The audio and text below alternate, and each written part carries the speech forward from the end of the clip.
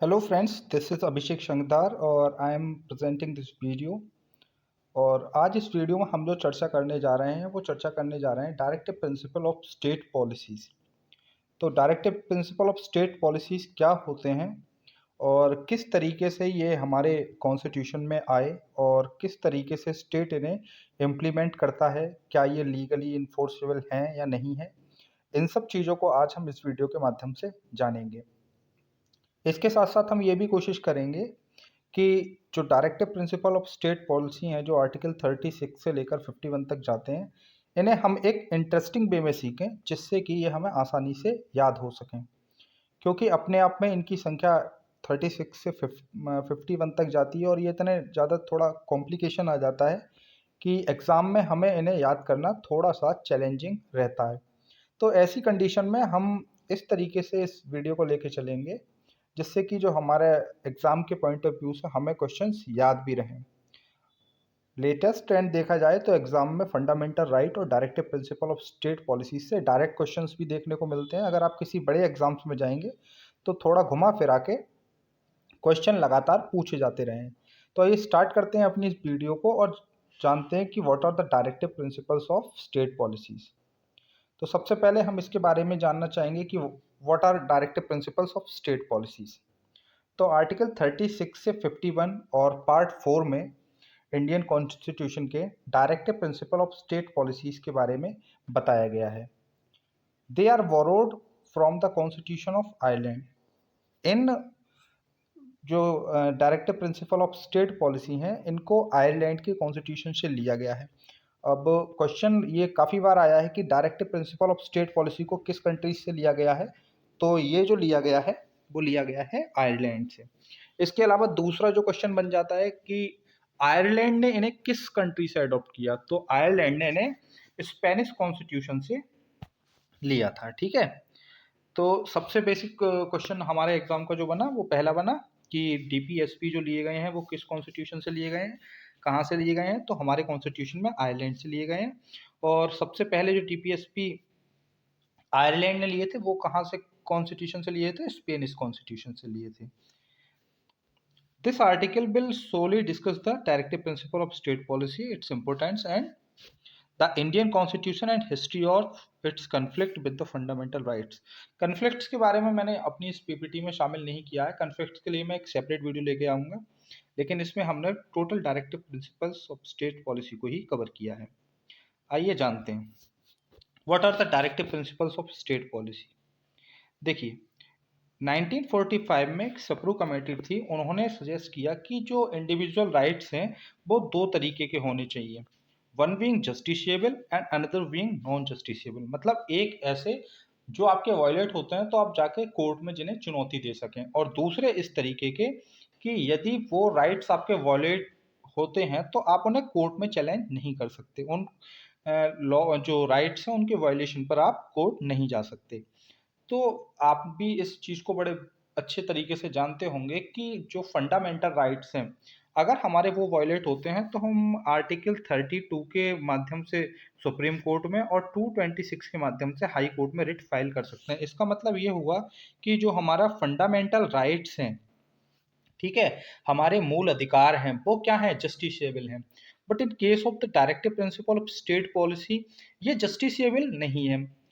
अच्छा, अगर ये जस्टिसेबल नहीं है तो फिर हमारे कॉन्स्टिट्यूशन में इन्हें क्यों जगह दी। अपने आप में ये भी क्वेश्चन एक आपके लिए चैलेंज बन सकता है। देखिए, जो directive principles of state policies थे वो हमारे संविधान निर्माताओं ने इसलिए हमारे कॉन्स्टिट्यूशन में रखे ताकि जब कोई स्टेट या कोई लॉ बनाया जाए तो स्टेट या लॉ मेकिंग बॉडी इस चीज़ का ध्यान रखे कि जो वो लॉ बना रहे हैं, ठीक है, वो किस तरीके से भारत की जनता को प्रभावित करेगा और उनके हित में ही लॉ बनाए जाएं। ठीक है, इस तरीके से directive principles of state policy क्या है, जैसा कि इनके नाम से स्पष्ट है कि डायरेक्शन है प्रिंसिपल्स का ऑफ स्टेट पॉलिसी।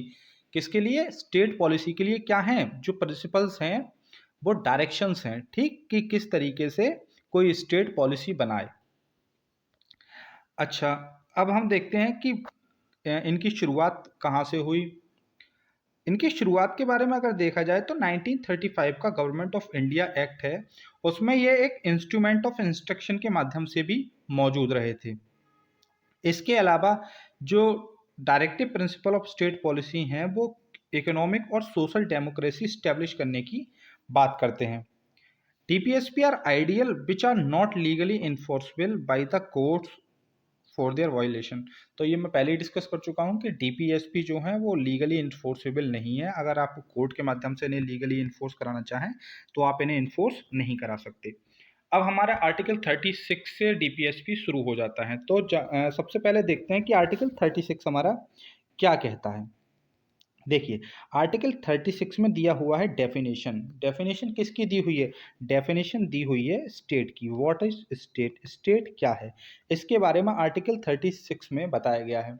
और आर्टिकल 36 में ये भी कहा गया है कि जब हम फंडामेंटल राइट्स पार्ट 3 में पढ़ते हैं, आर्टिकल 12 से 35 तक जो हम जाते हैं, तो उसमें क्या है कि आर्टिकल 12 में जो स्टेट की डेफिनेशन दी गई है वही सेम डेफिनेशन आर्टिकल 36 के माध्यम से DPSP में दी गई है। इसमें लिखा हुआ है, in this part unless the context otherwise required, the state has the same meaning as in part 3।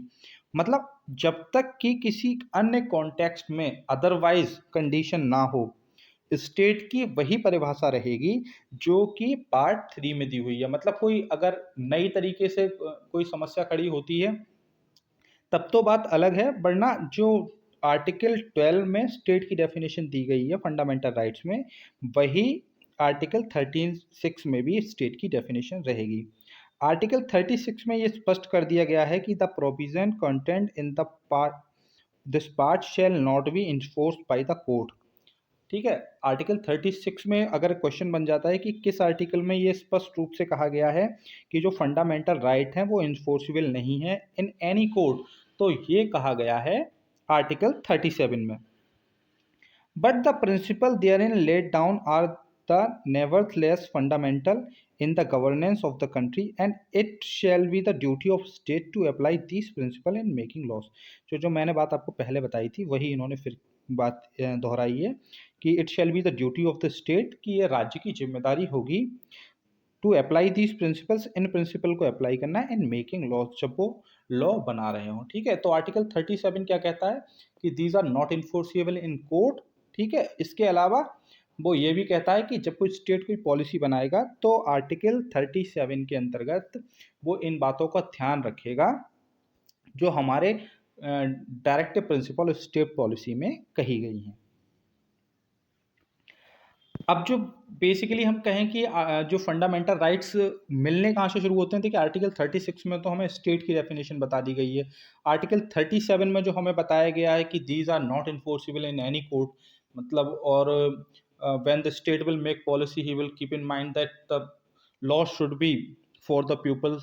ठीक है, तो इस चीज़ के बारे में उन्होंने 37 में बता दिया। अब स्टार्ट करते हैं कि अब what is article 38 is saying. Article 38 बोलता है कि promote the welfare of the people by securing a social order through the social, economic and political, and to minimize inequalities in income, status, facilities and opportunity। देखिए ये क्या कहना चाह रहा है, आर्टिकल 38 कहना चाह रहा है कि जो वेलफेयर है, लोगों का वेलफेयर है, बाई सिक्योरिंग, क्या सिक्योर करके, social order through out justice. Justice कैसा होना चाहिए, सोशल, इकोनॉमिक एंड पॉलिटिकल। तो आर्टिकल 38 में कह रहा है कि लोगों के वेलफेयर के लिए ऐसी पॉलिसीज बनाई जानी चाहिए जिससे उन्हें सोशल, इकोनॉमिक और पॉलिटिकल जस्टिस मिल सके। साथ ही जो इनइक्वालिटीज़ हैं समाज में, जो इनइक्वालिटीज़ हैं वो भी क्या हो, कम से कम हो। और जो कौन कौन सी इनइक्वालिटीज़ पे फोकस करता है हमारा आर्टिकल 38, तो इनकम की है या स्टेटस की है या फैसिलिटीज़ कोई स्टेट प्रोवाइड कर रहा है या अपॉर्चुनिटीज़ हैं, तो इन सब के बारे में हमारा आर्टिकल 38 कहता है।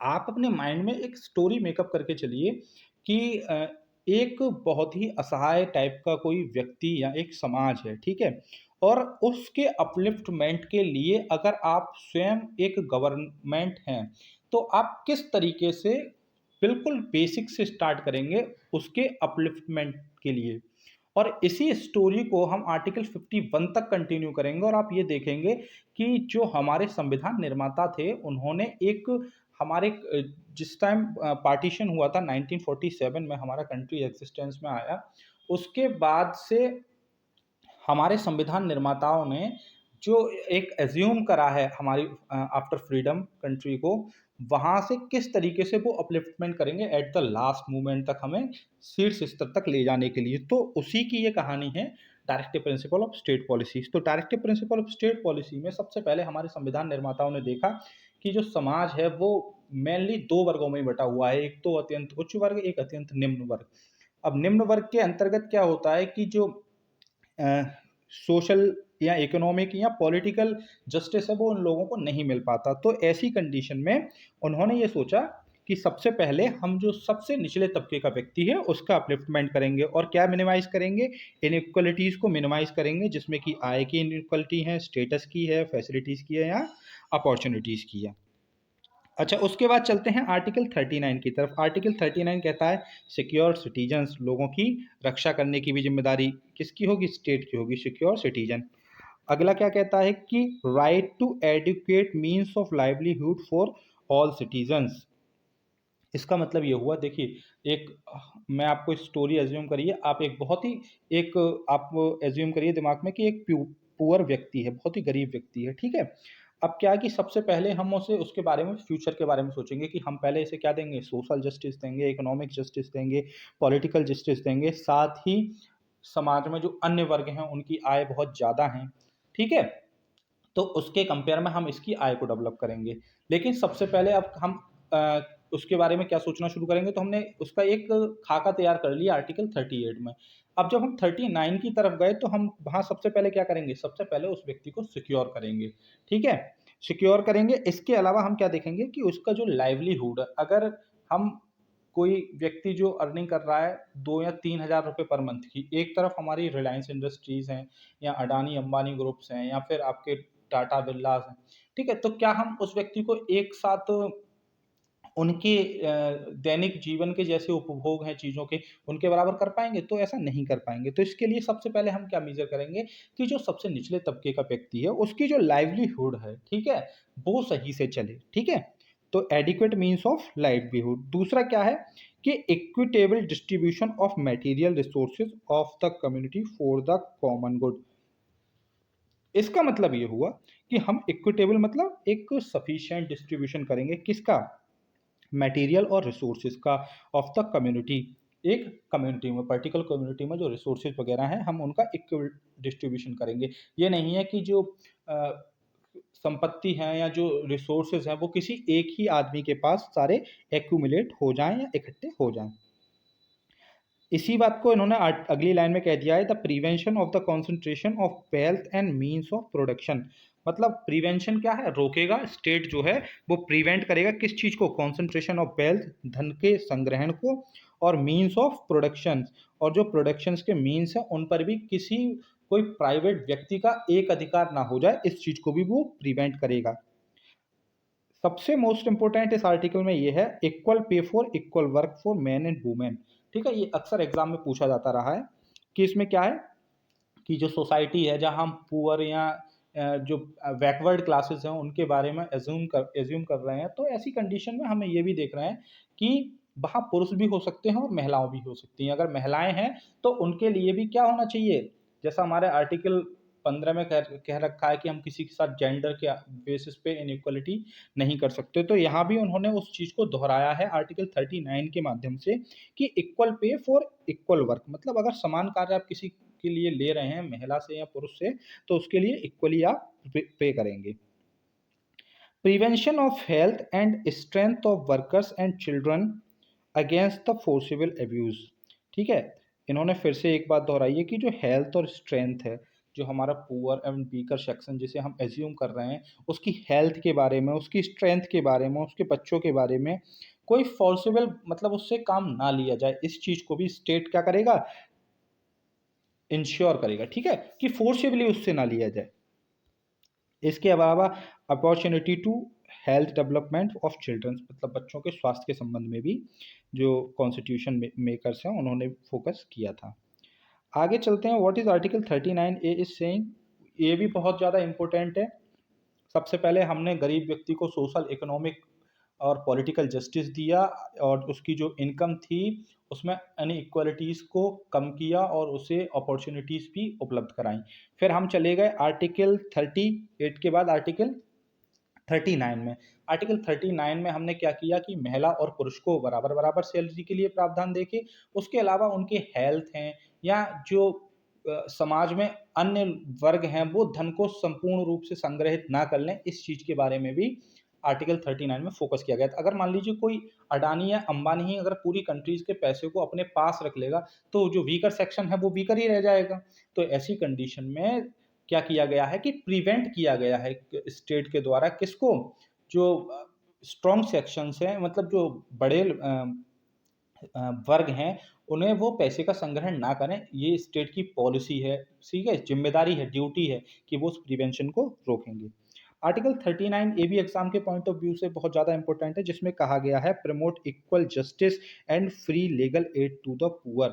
अगर कोई व्यक्ति क्या है न्याय मांगने जाता है, मान लीजिए एक, अभी हमने पहली कंडीशन देखी जिसमें हमने एज्यूम किया पुअर व्यक्ति था, सेकंड कंडीशन में उसकी हेल्थ, और हमने जो उसके हेल्थ रिलेटेड इश्यूज को देखा था, और वहाँ हमने ये भी इंश्योर किया था पीछे कि वो जो रिच व्यक्ति हैं वो धन को एक्युमुलेट ना करें। अगर मान लीजिए उस व्यक्ति के पास अब कोई समस्या आ जाती है लीगल टर्म्स में, तो उस व्यक्ति को न्याय किस तरीके से मिलेगा? उसके पास पैसे की कमी है, वो तो अपना मिनिमम लाइवलीहुड चला रहा है, ठीक है, अपना दैनिक जीवन चला रहा था, अब वो कोर्ट में अगर कोई केस हो जाए तो वो किस तरीके से लड़ेगा? तो उसके लिए भी जो directive principle of state policy है उन्होंने प्रावधान किया है कि जो इक्वल जस्टिस वाली हमारा कॉन्सेप्ट है कि हम पॉलिटिकल, सोशल और इकोनॉमिक जस्टिस की बात कर रहे थे। अगर कोई सोशली या पॉलिटिकली उस पर कोई प्रेशर आता है, कोई समस्या उत्पन्न होती है और वो कोर्ट जाने के लिए दरवाज़ा खटखटाता है न्यायालय का, तो ऐसी कंडीशन में स्टेट की जिम्मेदारी होगी कि अगर उसके पास पैसे नहीं है तो उसे फ्री लीगल एड प्रोवाइड कराई जाए। ठीक, अब चलते हैं हम आर्टिकल 40 की तरफ। तो आर्टिकल 40 जो है वो बहुत बहुत ज़्यादा इंपॉर्टेंट है और बहुत सारे एग्जाम्स में पूछा गया है। Organise village panchayat and endow with them with the necessary power and authorities to enable them to the function of units of self government. देखिए, इस टॉपिक को मैंने कॉम्प्लिकेटेड ना बनाया जाए, ईजी बनाया जाए, इसके लिए मैंने इनका ज़्यादा क्लासिफिकेशन आपके लिए नहीं रखा है। Although the directive principle of state policies जो हैं वो 3 तरीके के पार्ट्स में डिवाइड किए गए हैं। एक तो है गांधी थॉट पे आधारित जो है हमारे directive principle of state policy, socialism पर आधारित हमारे directive principle of state policy, और लिबरल पॉलिसीज पर आधारित हमारे directive principle of state policy. तो आर्टिकल जो 14 है वो गांधी जी के थॉट्स पर आधारित है, जिसमें उन्होंने कहा गया है कि ऑर्गेनाइज विलेज पंचायतें, मतलब ग्राम पंचायतों का गठन होना चाहिए और उन्हें जो नेसेसरी पावर्स हैं, ठीक है, अपने स्तर पर जो आवश्यक शक्तियां हैं वो उन्हें प्रदान की जानी चाहिए, जिससे कि जो फंक्शन ऑफ यूनिट्स हैं ऑफ सेल्फ गवर्नमेंट उनको बढ़ावा मिले। ठीक, अगर इस टॉपिक को याद रखना है कि आर्टिकल 40 में किस तरीके से आप याद रखोगे, तो देखो इसके लिए शॉर्टकट है। जैसा आप ग्राम पंचायत लिखते हो, ग्राम पंचायत, ठीक है, शॉर्ट में आप इस तरीके से लिखोगे ग्राम पंचायत। तो देखो जो पा और ये आप देख रहे हो, अगर मैं यहाँ पर ये हटा दूँ, ठीक है, ये हटा दिया मैंने, ठीक है, अभी आर्टिकल क्या हो गया 40, ठीक है। तो article 40 is basically related to the gram panchayat, ठीक है, ये आप मुझे लग रहा है आसानी से समझ गए होंगे। अब आर्टिकल चलते हैं 41 की तरफ। आर्टिकल 41 कहता है in case of unemployment, old age, sickness, disablement, secure of citizens, right to work, right to education, right to public assistance. अब इनमें सब में क्या कह रहा है, वो ये बोल रहा है कि इन केस ऑफ अनएम्प्लॉयमेंट, अगर कोई बेरोजगारी का मामला है या फिर मामला है किसका, ओल्ड एज का, कोई बूढ़ा व्यक्ति है या बीमार व्यक्ति है या डिसेबल है, डिसेबल मतलब दिव्यांग है, तो उसके पास कुछ राइट सिक्योर करने के होंगे, जैसे राइट टू वर्क, उसे काम पाने का अधिकार होगा, राइट टू एजुकेशन, उसे शिक्षा पाने का भी अधिकार होगा, और राइट टू पब्लिक असिस्टेंस, उसे जो पब्लिक असिस्टेंस है उसकी भी क्या रहेगी, थोड़ी सी छूट प्रोवाइड की जाए, ऐसी स्टेट पॉलिसी बनाएगा। तो आप देखते होंगे कि जैसे कि कुछ कंडीशन में आपको देखते होंगे बेरोजगार भत्ता की कुछ सरकारों ने शुरुआत की थी, या old age pension schemes state चलाता है, या सिकनेस से रिलेटेड जैसे कि मुख्यमंत्री चिकित्सा सहायता वगैरह तमाम तरीके की योजनाएं चलती हैं, डिसेबल्ड के लिए विकलांग पेंशन वगैरह चलती है। ठीक है, तो स्टेट क्या करता है, स्टेट इन चीज़ों को जब पॉलिसी मेकिंग कर रहे होते हैं तो इन चीज़ों पे फोकस करता है। जैसे अब मान लीजिए बेरोजगारी भत्ते की शुरुआत हुई, तो आप आर्टिकल 41 के माध्यम से कहीं ना कहीं वो आपको प्रोटेक्शन दे रहा है। हालांकि अगर आपको वो अनएम्प्लॉयमेंट भत्ता नहीं देगा तो आप कोर्ट जाकर ये नहीं कह सकते कि मैं अनएम्प्लॉयमेंट हूं और मेरा आर्टिकल 41 वायलेट हो रहा है, तो मुझे अनएम्प्लॉयमेंट जो भत्ता है, बेरोजगारी भत्ता है, मुझे उपलब्ध कराया जाए या मुझे दिया जाए। ठीक है, ये स्टेट की इच्छा पर निर्भर करते हैं। ये नहीं है कि आप स्टेट से जबरदस्ती कर लेंगे कि नहीं। अगर आपका आर्टिकल 14, 15 या आर्टिकल कोई भी जो फंडामेंटल राइट के अंडर आपका आर्टिकल है वो वायलेट होता है, आप सीधे कोर्ट जाके कह सकते हैं कि सर मेरा ये आर्टिकल वायलेट हो रहा है और मुझे इस आर्टिकल को आप इन्फोर्स करिए। तो वहां तो आप जा सकते हैं, but in case of the directive principle of state policies you can not go to the court to make them enforceable. ठीक है, तो ये चीज आपके पास क्लियर रहनी चाहिए। तो आर्टिकल 41 कहता है कि अनएम्प्लॉयमेंट, ओल्ड एज, सिकनेस और डिसेबलमेंट की टाइम मतलब मामलों में स्टेट जो है वो right to work, right to education और right to public assistance provide कराएगा। ठीक, अब यहाँ पे आर्टिकल 41 पे आप थोड़ा सा फोकस करिए। जिस तरीके से ये 41 लिखा हुआ है, देखिए जो वन लिखा हुआ है, वन, ठीक है, इस तरीके से मान लीजिए ये वन लिखा हुआ है। ठीक, मैं इसे एक छड़ी बना दे रहा हूँ। ठीक, मैं इसे क्या बना दे रहा हूँ, एक छड़ी बना दे रहा हूँ, छड़ी। अब छड़ी के कौन लेके चलता है भाई, छड़ी को कोई बूढ़ा वृद्ध वगैरह ही तो इस छड़ी को लेके चलेगा। तो क्या होता है कि जब आप इसे देखेंगे 41 को, तो उसमें क्या देखेंगे आप कि जो बूढ़ा है, वृद्ध है या असहाय है या डिसेबल लोग जो होते हैं, वही तो लाठी डंडों का सहारा लेके चलते हैं मजबूरी में। ठीक है, तो जो आप 41 को, जो वन है, वन वन को आप किसके बराबर मानो, स्टिक के बराबर मानो अपने। ठीक है, जिसे लेकर वो चल रहे हैं।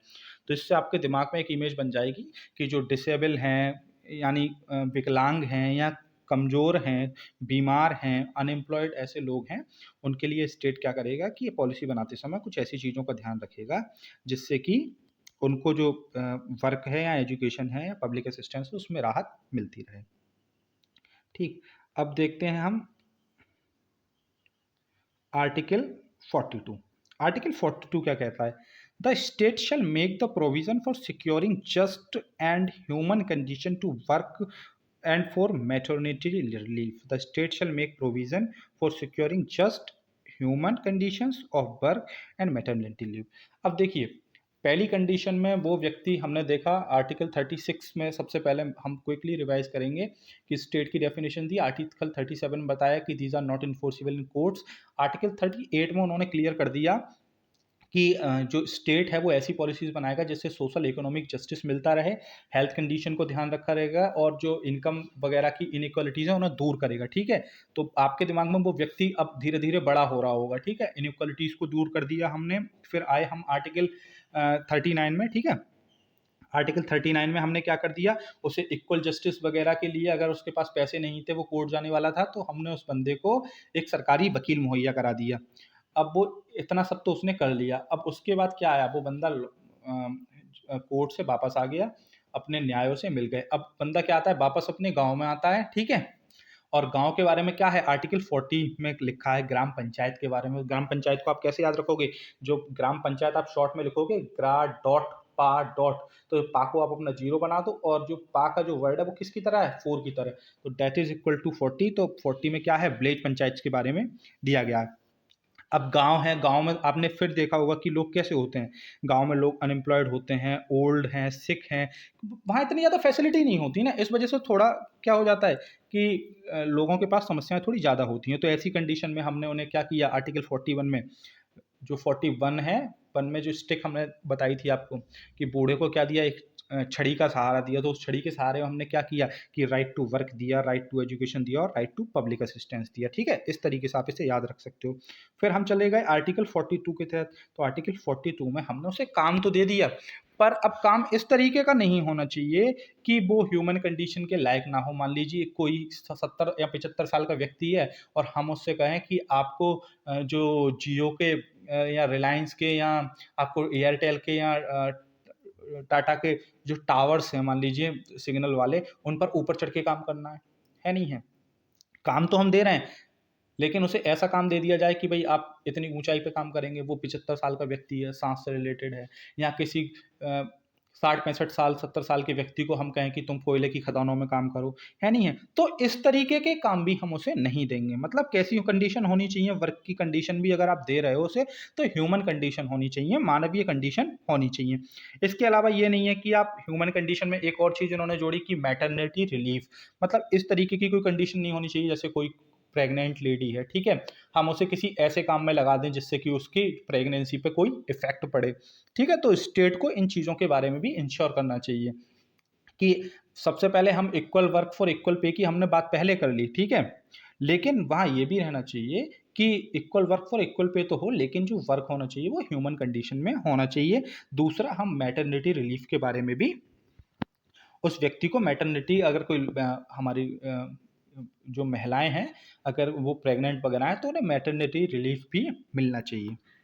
Article 43 says secure a living wage, a decent standard of living and social cultural opportunity to all workers.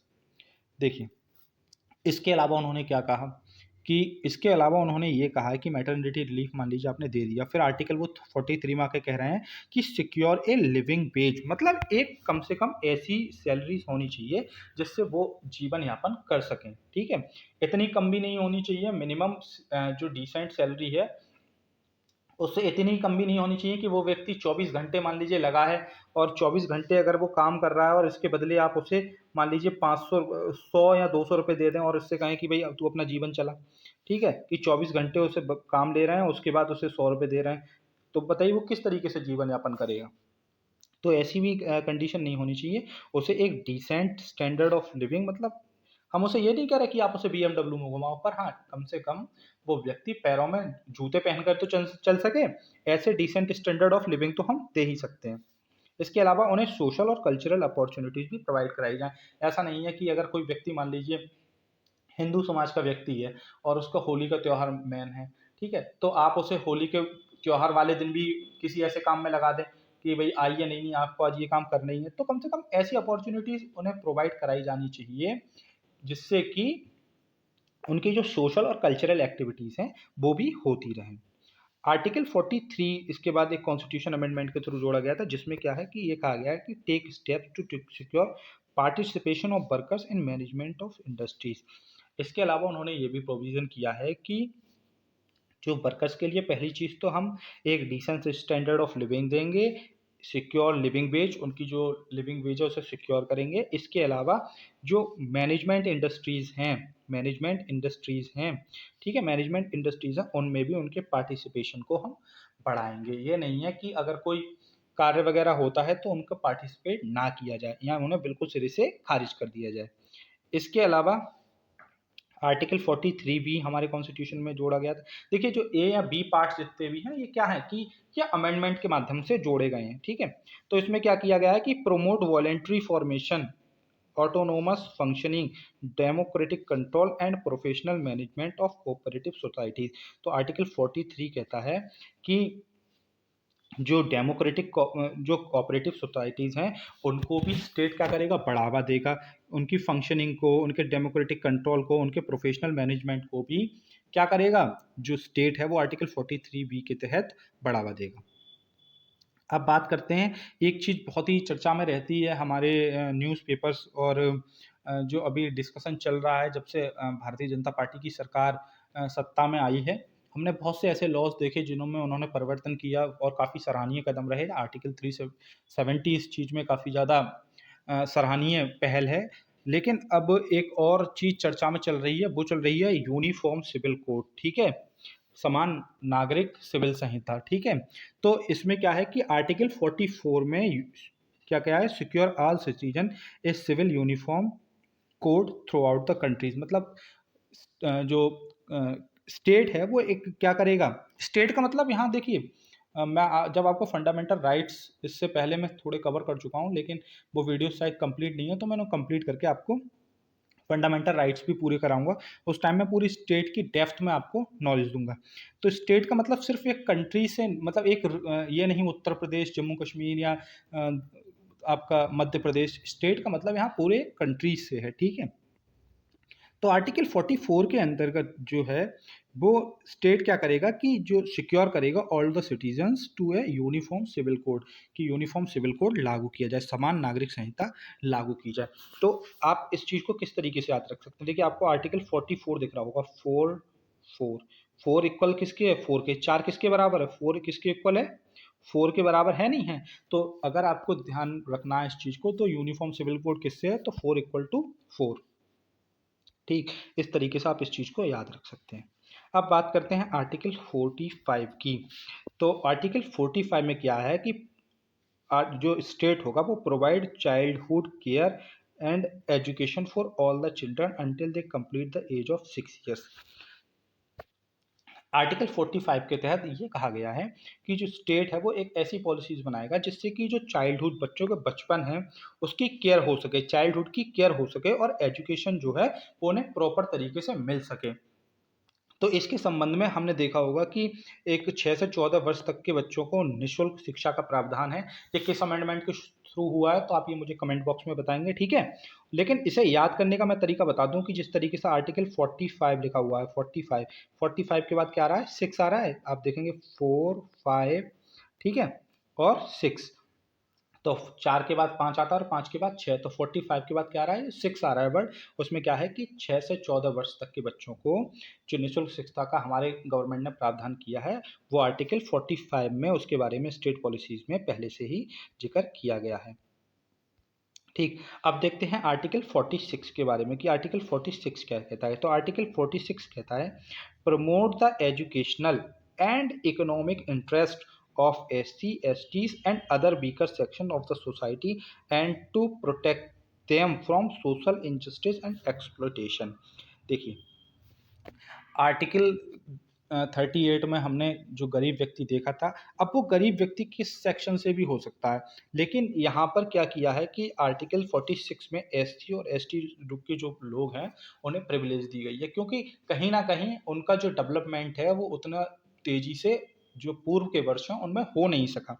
तो इस आर्टिकल में ये इंश्योर किया गया है कि जो उनके एजुकेशनल हैं या इकोनॉमिक इंटरेस्ट है, उनके संबंध में भी आर्टिकल जो स्टेट है वो पॉलिसी बनाते समय ध्यान रखेगा, जिससे कि weaker section of the societies हैं उनको प्रोटेक्ट किया जा सके और जो सोशल इंजस्टिस या एक्सप्लॉइटेशन है उससे उन्हें बचाया जा सके। ठीक, अब आर्टिकल आ जाओ 47 पे। ठीक, आर्टिकल 47 क्या कहता है कि article 47 prohibit the consumption of intoxicating drinks and drugs which are injurious to health. Article 47 ये कहता है कि कोई भी इंटॉक्सिकेटेड ड्रिंक है या आपका इंटॉक्सिकेटेड ड्रग है जो हेल्थ के लिए क्या है? इंजीरियस है, तो स्टेट उन्हें क्या करेगा? प्रोहिबिट करेगा। हालांकि हम देखने में आया था कि कोरोना काल में जो सबसे पहले बिक्री शुरू हुई थी वो शराब की शुरू हुई थी, है नहीं है? तो उससे क्या है कि गवर्नमेंट को बहुत ज़्यादा एक्साइज टैक्स मिलता है, लेकिन फिर भी स्टेट को चाहिए कि वो इन चीज़ों पर कंट्रोल करे। हालांकि बिहार में जो शराब थी वो पूर्ण रूप से बैन कर दी गई थी, लेकिन फिर भी वहाँ अब जब इस तरीके से बैन कर दिया जाता है तो फिर ब्लैक मार्केटिंग शुरू हो जाती है। तो इसको स्टेट को क्या करना चाहिए कि उन चीज़ों को प्रोहिबिट करना चाहिए for the consumption of intoxicating drinks and drugs, ठीक है। इसके अलावा आर्टिकल 47 में एक चीज़ और कही गई है। अब इसी के आर्टिकल में ये फिर से क्या बोल रहे हैं कि rise of the level of the nutrition and the standard of living of the people and to improve the public health. मतलब स्टेट क्या करेगा कि जो न्यूट्रिशन लेवल है उसको राइज करने की भी कोशिश करेगा, स्टैंडर्ड ऑफ लिविंग पीपल्स जो लोग रह रहे हैं उनके स्टैंडर्ड को भी बढ़ाने की कोशिश करेगा और इम्प्रूव द पब्लिक हेल्थ।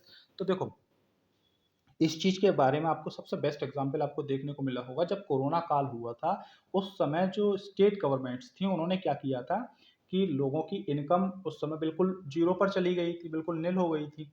ठीक है, तो ऐसी कंडीशन में जब वो इनकम जनरेट नहीं कर पा रहे थे तो उनकी परचेजिंग पावर काफ़ी कम हो गई थी।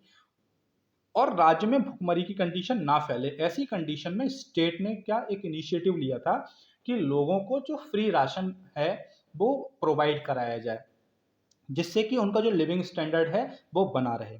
इसके अलावा आप देखते होंगे कि हर महीने गांव में आपके राशन वितरण का प्रोग्राम किया जाता है, ठीक है? आपके राशन डीलर के यहाँ से आपको राशन प्रोवाइड किया जाता है, जो कि बहुत ही सस्ते दामों पर आपको उपलब्ध कराया जाता है। तो क्या है, ये स्टेट की एक पॉलिसी है जिसके माध्यम से वो क्या चाह रही है कि कोई भी उनके स्टेट में भूखा ना रहे या भुखमरी के कगार पर ना आए, ठीक है? तो इसके माध्यम से आर्टिकल 47 का ही जो माध्यम है कि वो न्यूट्रिशन लेवल को बढ़ाना चाहते हैं और क्या लिविंग स्टैंडर्ड को भी बढ़ाने के लिए स्टेट इस तरीके के कदम उठाता रहता है। हालांकि मैंने फिर आपको बता रहा हूँ कि अगर आपको राशन नहीं मिल रहा है या कुछ वर्ग ऐसे हैं, मान लीजिए नॉर्मली कंडीशन शायद 80% के आसपास रहती है अगर किसी गांव की है, तो मैक्सिमम इतने लोगों के जो है वो राशन कार्ड बन सकते हैं शायद। मतलब मैं इसके गवर्नमेंट ऑर्डर जियो के बारे में अभी पूरी डिटेल मुझे जानकारी अभी नहीं है, लेकिन ऐसा नॉर्मली सुनने में आता है। लेकिन अब जो 20% लोग रह गए, हो सकता है कि उनमें भी गरीब लोग रह गए हों, तो कोई व्यक्ति फिर से इस चीज को इश्यू बना के कोर्ट नहीं जा सकता कि सर मुझे जो है वो आर्टिकल 47 के तहत जो लेवल ऑफ न्यूट्रिशन है, standard of living people for improvement of public health है, वो मेरा वायलेट हो रहा है, आप मुझसे आप इन्फोर्स कराइए, ठीक है? तो उस चीज के लिए आप उसे इन्फोर्स नहीं करा सकते। लेकिन हाँ, फिर भी स्टेट इन चीजों पर कोशिश करता है कि ज्यादा से ज्यादा लोगों की जो पब्लिक हेल्थ है या न्यूट्रिशन लेवल है वो इम्प्रूव रहे, ठीक है? इसके अलावा हमने जो पीछे के आर्टिकल 41 देखा था, उसमें भी देखा था कि जो अनएम्प्लॉयड या सिक या डिसेबल्ड हैं, उन लोगों के लिए क्या कर रहा था स्टेट, तमाम तरीके की फैसिलिटी या जो उनके राइट टू वर्क है, राइट टू एजुकेशन है और राइट टू पब्लिक असिस्टेंस है, उनको क्या करेगा, इंश्योर करेगा। और वो इंश्योर कहीं ना कहीं करता भी है, जिस तरीके से पेंशन स्कीम्स आप देखते हो। देखिए फार्मर्स के आगे जो हम आर्टिकल चलेंगे उसमें एग्रीकल्चर के डेवलपमेंट की भी बात की गई है। तो जो नई सरकार हमारी जो प्रधानमंत्री श्री नरेंद्र मोदी जी के नेतृत्व में बीजेपी की आई थी, उन्होंने कहीं ना कहीं फार्मर्स के डेवलपमेंट के लिए भी एक बहुत बढ़िया इनिशिएटिव लिया था, जिसे किसान सम्मान निधि योजना बोलते हैं। और अगर आपने किसान सम्मान निधि योजना की मेरी वीडियो नहीं देखी है तो आप जाके मेरी प्ले लिस्ट में वो भी वीडियो देख सकते हैं, ठीक है? तो आर्टिकल 47 तो हमारा यहाँ कवर हो गया। अब चलते हैं आर्टिकल 48 पे। तो 48 में क्या है, देखिए 48 में सबसे पहली बात तो ये है कि prohibit the slaughter of cows, calves and other milk and draught cattle and to improve their breeds. देखिए आर्टिकल 48 क्या कहता है कि आर्टिकल 48 सबसे पहले ये कहता है कि प्रोहिबिट करेगा स्लॉटर ऑफ काउस, गायों की जो कटान है, गायों को जो काट देते हैं स्लॉटर हाउस में, उस चीज को गाय सही या बछड़े सही या अदर मिल्क, मतलब ऐसे दुधारू पशु, ठीक है, जो दूध देते हैं उनको क्या करेगा, काटने पर स्टेट जो है वो प्रोहिबिट करेगा और इम्प्रूव देयर ब्रीड्स, और उनके जो ब्रीड्स हैं या उनकी जो संतानें जो पैदा हो रही हैं या जो जनरेशन डेवलपमेंट हो रहा है, उन चीज़ों में भी क्या करेगा वो इम्प्रूवमेंट्स, प्रजातियों के इम्प्रूवमेंट्स के लिए भी तमाम तरीके की जो रिसर्च अनुसंधान वगैरह हैं वो जारी रखेगा। तो सबसे आर्टिकल 48 में क्या किया है, इन्होंने प्रोहिबिट किया है slaughter of cows, calves and milch, ठीक है, कैटल्स को, ठीक है। अब आगे बढ़ते हैं कि वो क्या कह रहे हैं कि organise agriculture and animal husbandry on modern and scientific lines, और जो कृषि कार्य है उसे क्या करेगा, एक ऑर्गेनाइज वे में करेगा। एनिमल हस्बेंड्रीज वगैरह हैं उन्हें क्या करेगा, मॉडर्न और साइंटिफिक बनाने की कोशिश करेगा। तो कहीं न कहीं जो आर्टिकल 48 है वो हमारे एक कृषि प्रधान देश की तरफ इशारा करता है कि हमारा देश जो है वो कृषि प्रधान देश है। उसकी मोर देन 50% जो पॉपुलेशन है वो कृषि कार्य में लगी हुई है। तो state shall ensure there welfare also, ठीक है? तो कहीं न कहीं उनके भलाई के लिए भी जो है स्टेट वो पॉलिसीज़ बनाएगा। आर्टिकल 49, आर्टिकल 49 में अब क्या हुआ था कि आर्टिकल 49 में हमारी सोसाइटी थोड़ी ग्रो मान रहे हैं कि हम लोग बढ़ गए हैं, समझदार हो गए हैं, ठीक है? और अब हम समझदारी वाली बातें कर रहे हैं, जैसे आर्टिकल 48 से हमने शुरू कर दी कि भाई गाय है या कोई भी दुधारू पशु से ही उसका कटान नहीं होगा, ठीक है? तो अब हम सोसाइटी के बारे में भी सोचने लगे हैं, अपना अपलिफ्टमेंट हो गया। उसी क्रम में आर्टिकल 49 क्या कह रहा है कि जो है protect monuments, places and object of artistic और historical interest which are declare to be the national importance. राज्य कैसी नीतियां बनाएगा, ऐसी नीतियां बनाएगा जिससे कि वो क्या, कोई हिस्टोरिक मोन्यूमेंट हैं या आर्टिस्टिक मतलब कोई कलाकारी वाले ऑब्जेक्ट्स हैं, ठीक है, या फिर जो नेशनल इम्पोर्टेंस की चीज़ें हैं उनको क्या करेगा, वो प्रोटेक्ट करेगा। स्टेट ऐसी पॉलिसीज भी बनाएगा। इसके अलावा आर्टिकल 50 में क्या कहा है, the separate of the judiciary from the executive in the service of state. ठीक है, अब क्या करेगा कि आर्टिकल 50 भी आपके एग्जाम के पॉइंट ऑफ व्यू से बहुत बहुत ज़्यादा इंपॉर्टेंट है, जिसमें क्या कहा गया है, 50-50 क्या कहा गया है, 50-50 क्या कहा गया है कि जो जुडिशरी है और एग्जीक्यूटिव है, जुडिशरी और एग्जीक्यूटिव, स्टेट क्या करेगा, इन दोनों को सेपरेट करेगा। हाल ही में शायद यूपीपीएससी या फिर यूपीएससी में ये क्वेश्चन बना है, ठीक है, कि कौन सा आर्टिकल जो है वो जुडिशरी को और एग्जीक्यूटिव को अलग अलग करता है। तो आर्टिकल जो 50 है, 50 है, वो कार्यपालिका को न्यायपालिका से अलग करता है। अच्छा, आर्टिकल 51 क्या कहता है कि प्रमोट द इंटरनेशनल पीस। जैसे कि हम वसुधैव कुटुंबकम के जो सिद्धांत पर काम करने वाले देश हैं, ठीक है, उसमें क्या है कि हम हर जगह चाहते हैं कि विश्व में शांति रहे, और हमारी पीस कीपिंग फोर्स जगह जगह जाकर ऐसे कामों को अंजाम देती हैं और भारत का नाम रोशन भी करती हैं। ठीक है, जहाँ कहीं अशांति फैली हो, हम लोग बढ़ चढ़कर हिस्सा लेते हैं और वहाँ शांति व्यवस्था बनाए रखने में मदद करते हैं। तो जब हमारे स्टेट जो है, हमारी जो कंट्री जो है, अगर वो कोई पॉलिसी बनाएगी तो इस बात का ख्याल रखेगी कि वो इंटरनेशनल पीस को, सिक्योरिटी को एंड जो ऑनरेबल रिलेशंस हैं बिटवीन द नेशंस, उन्हें बनाए रखे। ठीक है, इंटरनेशनल लॉज और ट्रीटीज जो ऑब्लिगेशंस वगैरह हैं उनको क्या रखे, उनका सम्मान करे, and encourage the settlement of international dispute by arbitration. और जो कोई हमारे अगर कोई विवादित मामले हैं किसी अन्य देशों से, या कोई इंटरनेशनल डिस्प्यूट्स हैं, उनको क्या करे, आर्बिट्रेशन के माध्यम से हल करे। ठीक है, ये नहीं है कि जैसे जिस तरीके की चीन की पॉलिसी है कि कभी इसकी तरफ बंदूक तान दी या कभी कहीं घुसपैठ कर दी, तो ऐसी हमारी पॉलिसीज नहीं होनी चाहिए। ऐसा आर्टिकल 51 में हमारे लॉ मेकर्स ने, हमारे कॉन्स्टिट्यूशनल मेकर्स ने इस तरीके का सपना देखा। ठीक है, और उन्हें क्या किया, जो राइट डाउन किया हमारे कॉन्स्टिट्यूशन में। ठीक, अब कुछ फैक्ट्स देख लेते हैं जो इससे रिलेटेड है। सबसे पहले directive principle of state policy से रिलेटेड एक फैक्ट है कि आर्टिकल जो 38 है, a new DPSP under article 38 was added by the 44th Amendment Act 1978, which requires the state to minimize inequalities in income, status, facilities and opportunities।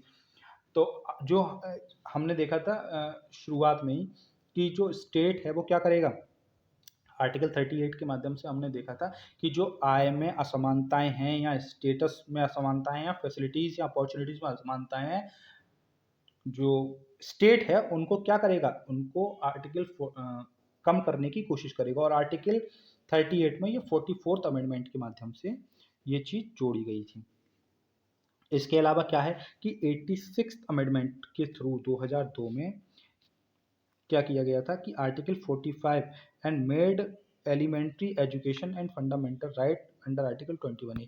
इसमें क्या किया था कि आर्टिकल 45 में क्या, एलिमेंट्री एजुकेशन हमने जो बताया था कि 6 से 14 वर्ष तक के बच्चों को निःशुल्क जो बेसिक शिक्षा है वो उपलब्ध कराई जाएगी, और इसे एक फंडामेंटल राइट भी बना दिया गया था। ठीक है, आर्टिकल 21A के अंतर्गत।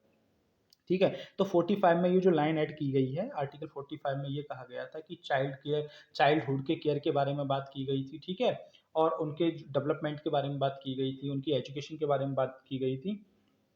ठीक है, तो स्टेट क्या करेगा कि ऐसी पॉलिसीज बनाएगा, और इस चीज़ को 86th कॉन्स्टिट्यूशनल अमेंडमेंट 2002 के माध्यम से स्टेट ने क्या किया, उसमें संशोधन भी किया, और उन्होंने क्या किया कि फंडामेंटल राइट में से एक तरीके का आपका कॉन्स्टिट्यूशनल राइट भी बना दिया। इसके अलावा एक आर्टिकल 43B भी जोड़ा गया after the 97th amendment act 2011, जो कि कोऑपरेटिव सोसाइटीज़ के बारे में है। ठीक है, कि कोऑपरेटिव सोसाइटीज़ का स्टेट जो है वो निर्माण करेगा। It requires the state to promote the voluntary formation and autonomous functioning, democratic control and the professional management of cooperative societies.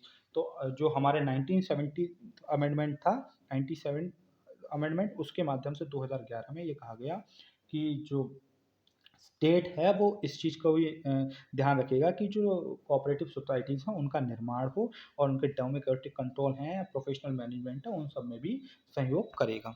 ये जो आपके जो मैंने अभी यहाँ से शुरू किया है, आपके the facts about the directive principle of state policy, ये बहुत ही ज़्यादा इंपॉर्टेंट है, और यहाँ से आपको निश्चित रूप से कोई ना कोई क्वेश्चन 100% आपके एग्ज़ाम में मिलना है। अब बात करते हैं कि आर्टिकल 37 के बारे में। तो आर्टिकल 37 जो हमने पहले भी ज़िक्र किया था, उसे एक बार फिर से दोहरा दूँ, क्योंकि अक्सर एग्ज़ाम में यहाँ कन्फ्यूज़न पैदा करने की कोशिश की जाती है। सबसे स्पेशल फीचर्स जो हम बात कर रहे थे directive principle of state policies का, वो ये है कि जो आपके मूल अधिकार हैं, फंडामेंटल राइट्स हैं, वो तो कोर्ट में आप एनफोर्स करा सकते हो, ठीक है? अगर आपका कोई भी आर्टिकल फंडामेंटल राइट के तहत वायलेट हो रहा है, तो आर्टिकल 32 के माध्यम से सुप्रीम कोर्ट में और आर्टिकल 226 के माध्यम से आप हाई कोर्ट में रिट फाइल कर सकते हो, जिसके अंतर्गत आप ये कह सकते हो कि मेरा फला-फला जो फंडामेंटल राइट है, वो वायलेट हुआ है और आप उसे एनफोर्स करिए और सुप्रीम कोर्ट और हाई कोर्ट इस पर एक्शन लेंगे। But in case of the directive principle of state policies, आप इन्हें कोर्ट में जाकर इन्फोर्स नहीं करा सकते। यही आर्टिकल 37 में कहा गया है। तो इस वीडियो में फिलहाल इतना ही। आप मुझे बताइए कि आपको मेरी वीडियो कैसी लगी। अगर आपको ये पसंद आई तो मैं इसी तरीके की वीडियोस और बनाता रहूँगा। और ये मेरी काफ़ी लंबे समय बाद मैं पॉलिटी में ये वीडियो लेके आया हूँ, लेकिन मैंने इसमें कोशिश की है कि टोटल जो directive principle of state policies हैं वो एक ही वीडियो में कवर किए हैं। वीडियो पसंद आए तो मेरे चैनल को सब्सक्राइब करें, वीडियो को लाइक करें और ज़्यादा से ज़्यादा शेयर करें। ये मुझे मोटिवेट करेगा कि मैं अपनी एजुकेशन और आपकी एजुकेशन दोनों को बेहतर बना सकूँ, ठीक है? तो thank you so much for being with me. जय हिंद, जय भारत।